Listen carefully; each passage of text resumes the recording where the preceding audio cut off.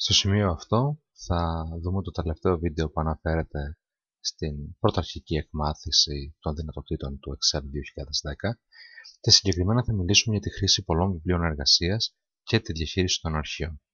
Σκοπός μας είναι να μάθουμε να χρησιμοποιούμε πολλά βιβλία εργασίας ταυτόχρονα, ώστε να μπορούμε να αντιγράφουμε, να μετακινούμε δεδομένα και αντικείμενα από το ένα βιβλίο εργασίας στο άλλο.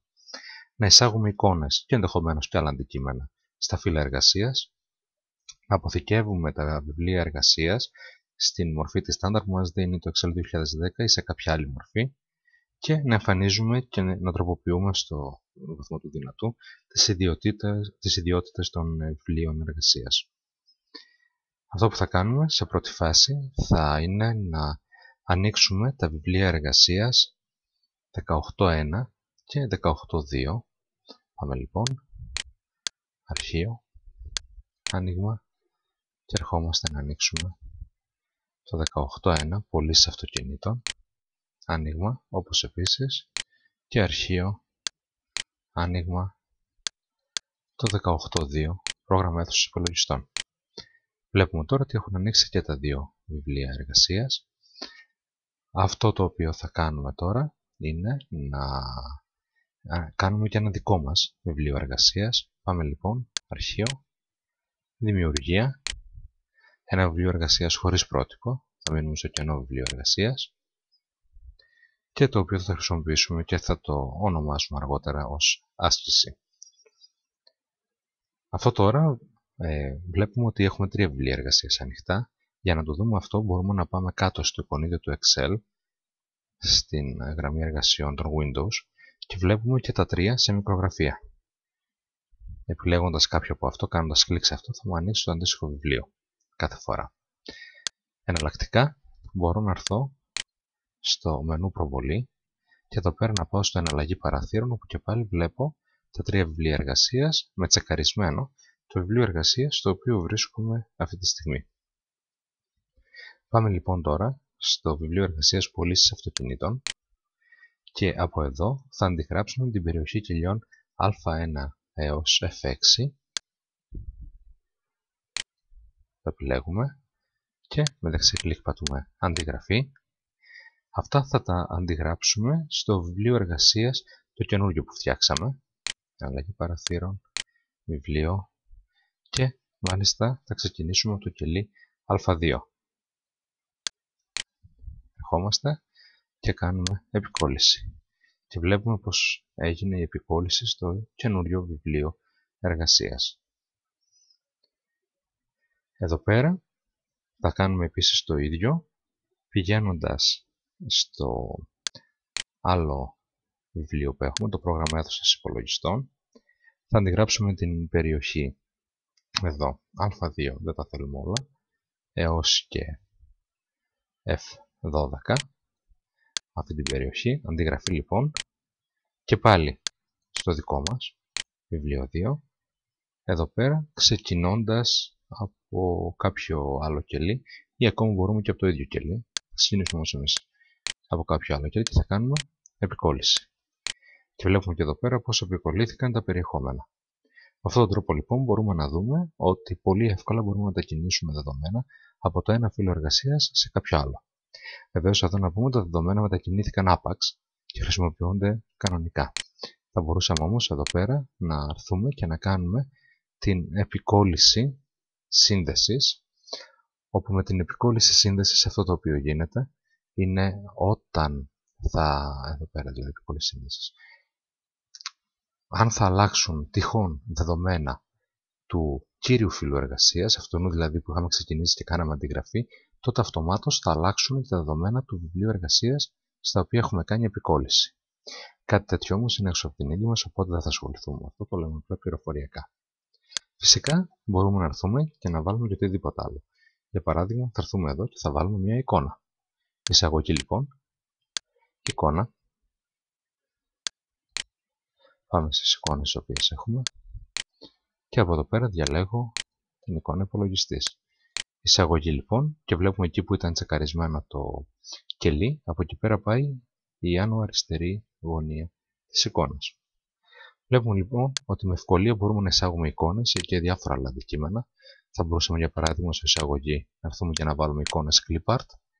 Clipart είναι εικόνες οι οποίες έρχονται μαζί με το Microsoft Office και επίσης μπορούμε να κατεβάσουμε και από διαδικτυακά από τη Microsoft και άλλες εικόνες και έχουν μια συνήθιμη θεματολογία, εν πάση περιπτώσει.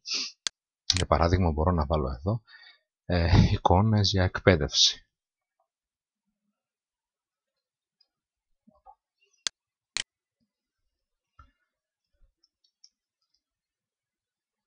Πατάω το μετάβαση.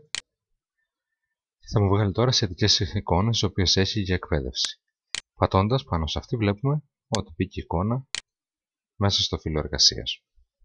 Φυσικά όταν έχω επιλεγμένη μια εικόνα μπορώ να ενεργοποιείτε το μενού μορφοποίηση στα εργαλεία εικόνας και εδώ πέρα μπορώ να προβώ σε διορθώσεις όσον αφορά τη φωτεινότητα, το χρώμα, να κάνω συμπίεση, αλλαγή, επαναφορά ενδεχομένως αν έχω κάτι αλλάξει στην πορεία. Εδώ πέρα μπορώ να βάλω κάποιο στυλ εικόνας, βλέπετε και μόνο που πάω το ποντίκι μου επάνω εφαρμόζεται το στυλ αυτό. Εδώ για παράδειγμα έχει μια ωραία σκιά που φαίνεται πραγματικά πολύ όμορφη εικόνα που θα την κρατήσω. Να βάλω περίγραμμα και αν έχω πολλές εικόνες να συμφωνήσω αν θα την κάνω μεταφορά μπρος, πίσω. Για παράδειγμα αν έρθω εδώ βλέπετε είναι μπρος. Μπορώ όμως να την επιλέξω και να κάνω μεταφορά πίσω. Οπότε μπήκε η άλλη μπροστά. Είναι όμως πολύ καλή αυτή οπότε θα την αφήσω μπροστά.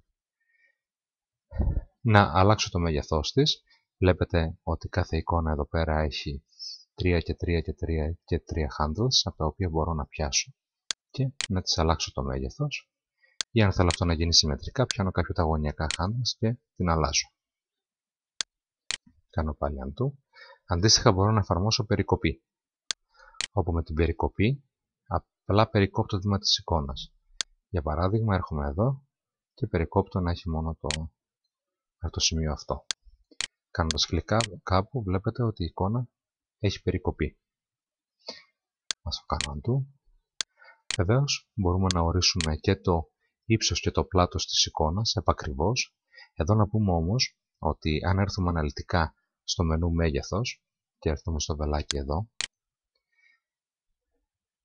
βλέπουμε ότι μπορούμε να ορίσουμε σε εκατοστά το ύψος και το πλάτος, είναι όμως τσεκαρισμένο το κλείδωμα αναλογιών. Όταν έχουμε κλείδωμα αναλογιών, σημαίνει ότι αν αλλάξω το ύψος, θα αλλάξει αυτόματα και το πλάτος, ώστε να διατηρηθεί η εικόνα στη σωστή αναλογία, σαν να την έχω κάνει σμίκνηση. Αν όμως θέλω εγώ αυθαίρετα να αλλάξω ή το ύψος ή το πλάτος, ή και τα δύο βέβαια, χωρίς όμως το ένα να επηρεάζει το άλλο, θα πρέπει να ξετσεκάρω το κλείδωμα αναλογιών, να φύγει δηλαδή, και επομένως να κάνω την όποια αλλαγή θέλω εγώ μόνος μου. Ας κάνουμε κλείσιμο προς το παρόν.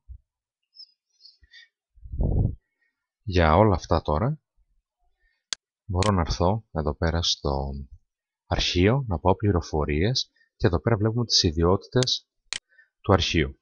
Βλέπουμε δηλαδή τον τίτλο του, ετικέτες, έτσι εδώ μπορώ να προσθέσω κάποιο τίτλο, κάποια ετικέτα ενδεχομένως, κάποια σχόλια. Η χρησιμότητα αυτών είναι ότι σε αρκετά προγράμματα μπορεί να γίνει διαρεύνηση, αναζήτηση ας το πω, των στοιχείων αυτών μέσα στον τίτλο, ετικέτες ή σχόλια. Στην ουσία είναι δεδομένα τα οποία δεν θα εμφανιστούν στο ίδιο το φύλλο εργασίας, παρά μόνο θα υπάρχουν όμως μεταδεδομένα, δηλαδή θα συνοδεύουν το βιβλίο εργασίας, χωρίς όμως να εμφανίζονται πουθενά. Παρ' όλα αυτά, πολλά προγράμματα τα εκμεταλλεύονται για να κάνουν αναζητήσεις, για να κάνουν αρχιοθετήσεις κ.ο.κ. Κατάσταση για παράδειγμα, επεξεργασίας, κατηγορία, σε ποια κατηγορία ανήκει, σε ποιο θέμα ανήκει, αν υπάρχει κάποια υπερσύνδεση, ποια εταιρεία το έχει κάνει. Εδώ βλέπετε βέβαια την εταιρεία που έχει κατασκευάσει τον υπολογιστή μου και όχι τίποτα άλλο.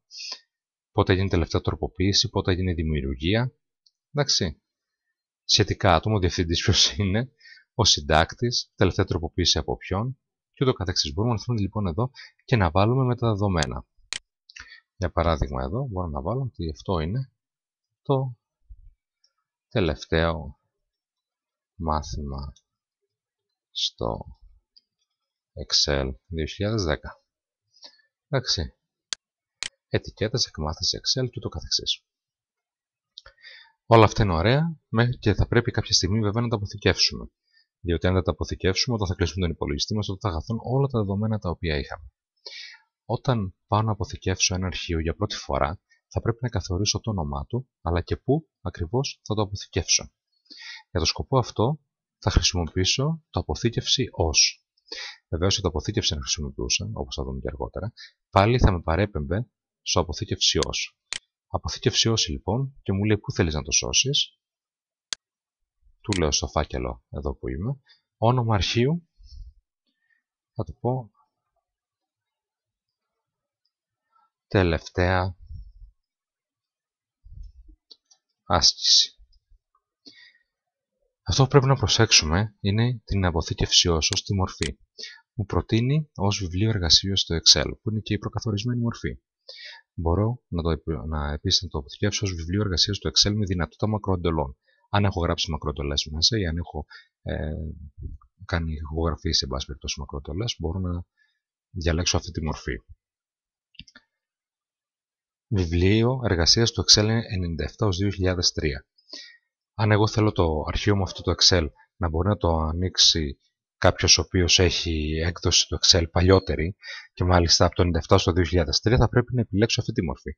Βιβλίο εργασίας στο Excel 97/2003, οπότε θα μπορεί να το ανοίξουν και αυτοί με παλιότερες εκδόσεις του Excel.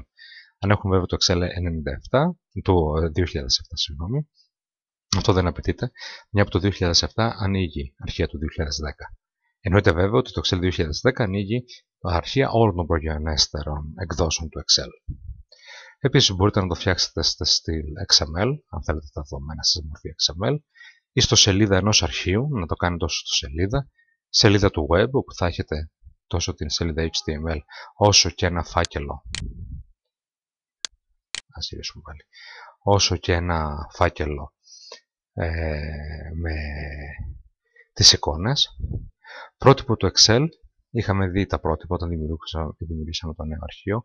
Εδώ πέρα λοιπόν μπορώ να βάλω ένα πρότυπο και κάθε φορά όταν ξεκινάω ένα καινούριο βιβλίο εργασίας να χρησιμοποιώ το πρότυπο αυτό, το οποίο θα έχει κάποιες προρυθμίσεις για μένα. Προρυθμίσεις θα μπορούσε να είναι, για παράδειγμα, διάφορα μενού, θα μπορούσε να είναι μορφοποιήσεις χαρακτήρων, γραμματοσυρές, χρώματα κ.ο.κ. Το ίδιο πρότυπο με δυνατότητα μακροεντολών.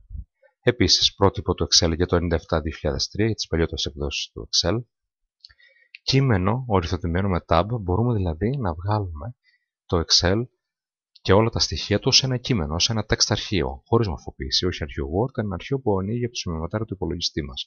Εκεί πέρα βέβαια οι αλλαγές και το ένα νούμερο μετά άλλο θα έχουν χώρισμα ενός tab, ενός δηλαδή διακαίνου. Κείμενο Unicode, απλό κείμενο δηλαδή Unicode, το οποίο μπορεί να περιλάβει όλες τις γλώσσες. Υπολογιστικό φύλλο XML 2003, ακόμα παλιότερες εκδόσεις του Excel, Excel 5 ή το 95. Κάτι χρήσιμο επίσης είναι το CSV, comma separated, που σημαίνει ότι είναι παρόμοιο με αυτό που είπαμε πιο πριν, οριοθετημένο με tab, μόνο που εδώ πέρα ανάμεσα στα δεδομένα έχει κόμματα. Αυτή είναι μια πολύ χρήσιμη μορφή γιατί πολλά άλλα προγράμματα δέχονται δεδομένα του Excel μέσω της μορφής αυτής. Δηλαδή, σώζουμε από το Excel τα δεδομένα μας ως CSV και μετά αυτά διαβάζονται από άλλα προγράμματα. Μορφοποιημένο κείμενο με διαχωριστικό το διάστημα, κείμενο για Macintosh, υπολογιστές Macintosh, MS-DOS, CSV για Macintosh, CSV για MS-DOS, πρόσθετο του Excel. Μπορούμε επίσης κάτι πολύ χρήσιμο να το εξάγουμε ως αρχείο PDF. Όλοι ξέρουμε τα αρχεία PDF, τα οποία είναι πάρα πολύ δημοφιλή, ιδίως αν θέλουμε να τα ανεβάσουμε στο ίντερνετ. Είναι ένα πρότυπο το οποίο ενσωματώνει και γραμματοσυρές και εμφανίζονται ακριβώς όπως θέλουμε τα πράγματα και δεν προϋποθέτει καμία επένδυση από άποψη του αυτού που θα παραλάβει το μήνυμα, μια που μπορεί να κατεβάσει το σχετικό πρόγραμμα, το Adobe Reader, και να το χρησιμοποιήσει ελεύθερα για να διαβάζει τα αρχεία που του στέλνουμε. Φυσικά δεν μπορεί να το επεξεργαστεί, αυτό είναι το μειονέκτημα. Τέλος, μπορούμε να το χρησιμοποιήσουμε και να το σώσουμε ως υπολογιστικό φύλλο, Open Document, όπου αυτό είναι ένα πρότυπο για το πώς θα πρέπει να σώζονται υπολογιστικά φύλλα. Βέβαια η Microsoft, όπως βλέπετε, εντέχνως το αποφεύγει. Έχει το δικό της πρότυπο, το οποίο εδώ που τα λέμε είναι και πολύ καλύτερο από το Open Document. Παρ' όλα αυτά, αν θέλετε να έχετε τη μέγιστη δυνατή συμβατότητα με όλα τα αρχεία και με όλα τα προγράμματα που χρησιμοποιούν δεδομένα, πάτε στο υπολογιστικό φύλλο Open Document, όπου σώζεται πάλι ως φύλλο εργασίας ή ως βιβλίο εργασίας, ανάλογα λοιπόν το τι σώσουμε, και μπορεί να ανοίξει από πάρα πολλά προγράμματα. Εδώ λοιπόν λέμε ως βιβλίο εργασίας στο Excel. Μπορούμε να κάνουμε και αποθήκευση μιας μικρογραφίας, μπορούμε να βάλουμε ετικέτα, να αλλάξουμε το συντάκτη ενδεχομένως. Αυτά είναι τα μεταδεδομένα που λέγαμε πιο πριν. Και πατάμε αποθήκευση. Και τώρα βλέπουμε ότι στον τίτλο έχει μπει το τελευταία άσκηση, Παύλα Microsoft Excel, που σημαίνει ότι το αρχείο μας έχει σωθεί. Εάν για οποιοδήποτε λόγο εμείς έρθουμε και κάνουμε κάποια αλλαγή, εδώ για παράδειγμα έρχομαι αυτό, τραβάω λιγάκι πιο πάνω, τότε και πάλι, επειδή έχω κάνει την αλλαγή αυτή, αν πάω να κλείσω το βιβλίο εργασίας αυτό, θα μου πει το Excel, θέλεις να σώσεις τις αλλαγές που έκανες στο τελευταία άσκηση. Εδώ μπορώ να απαντήσω ως αποθήκευση, δηλαδή αποθήκευσέ τες, στη συνέχεια κλείσε βέβαια το βιβλίο εργασίας, χωρίς αποθήκευση που σημαίνει άσε τις αλλαγές, μην τις περνάς στο αρχείο που έσωσε και κλείσε, ενώ με το άκυρο απλά δεν κλείνει το βιβλίο εργασίας και επανέρχεται πίσω. Από καιρό σε καιρό και όση ώρα εγώ δουλεύω με ένα εξελόφυλλο, όπως γνωρίζετε, καραδοκεί ο κίνδυνος ενδεχομένως να κολλήσει ο υπολογιστής, να πέσει το ρεύμα και όλα αυτά τα δυσάρεστα πράγματα. Γι' αυτό από καιρό σε καιρό θα πρέπει να το αποθηκεύω. Επειδή ήδη με την πρώτη φορά το έχω δώσει το όνομα που θέλω και το έχω ορίσει τη θέση στην οποία θα αποθηκευθεί, αρκεί να έρθω από το αρχείο και να επιλέξω αποθήκευση. Εδώ δεν θα με ρωτήσει τίποτα όπως είδατε, θα το αποθηκεύσει στην προκαθορισμένη θέση με το προκαθορισμένο όνομα. Αυτά δηλαδή που το έδωσα την πρώτη φορά με το αποθήκευση ως. Το ίδιο πράγμα μπορείτε να πετύχετε αν πατήσετε εδώ πέρα από την γραμμή γρήγορης εκκίνησης στο εικονίδιο της δισκέτας. Ή τέλος, αν πατήσετε το συνδυασμό πλήκτρων Ctrl-S. Το λέει και όλα εδώ πέρα. Αν πάμε πάνω στο της δισκέτας, σας λέει Ctrl-S για γρήγορη αποθήκευση. Αν είστε φίλοι του πληκτρολογίου. Από την άλλη, εάν σε κάποιο σημείο θέλετε να δοκιμάσετε για παράδειγμα κάτι, το δοκιμάζετε και σε συνέχεια μπορείτε να το σώσετε με αποθήκευση ως. Να του δώσετε ένα νέο όνομα ή να το αποθηκεύσετε σε μια νέα θέση ή και τα δύο, και αυτό θα έχει ως αποτέλεσμα να έχετε και την παλιά έκδοση του βιβλίου εργασίας αλλά και αυτή στην οποία εφαρμόσετε αλλαγές. Γι' αυτό λοιπόν το αποθηκεύση ως δεν το χρησιμοποιούμε μόνο στην αρχή για την πρώτη αποθήκευση ενός βιβλίου εργασίας, αλλά μπορεί και στην πορεία αν θέλω να κρατήσω τις προηγούμενες εκδόσεις του βιβλίου εργασίας και απλά με το αποθήκευση ως δημιουργώ νέες εκδόσεις, τις οποίες αν δεν μου αρέσουν πολύ απλά τις σβήνω μέσα από τα Windows και επανέρχομαι στις παλαιότερες. Αυτά λοιπόν για το Excel. Ελπίζω να σας άρεσε. Ήταν μια πολύ σύντομη περιήγηση για τα πρώτα βασικά στοιχεία του Excel. Πραγματικά ο πλούτος τον οποίο μπορεί να μας προσφέρει είναι πάρα πολύ μεγάλος και αποδεικνύεται πάρα πολύ χρήσιμο εργαλείο για πολλές κατηγορίες επαγγελματιών αλλά και ιδιωτών. Στη συνέχεια αυτό που θα δούμε θα είναι μια σειρά ασκήσεων από την InfoCert, οι οποίες προσομοιάζουν ασκήσεις εξετάσεων για το Excel. Ευχαριστώ πολύ.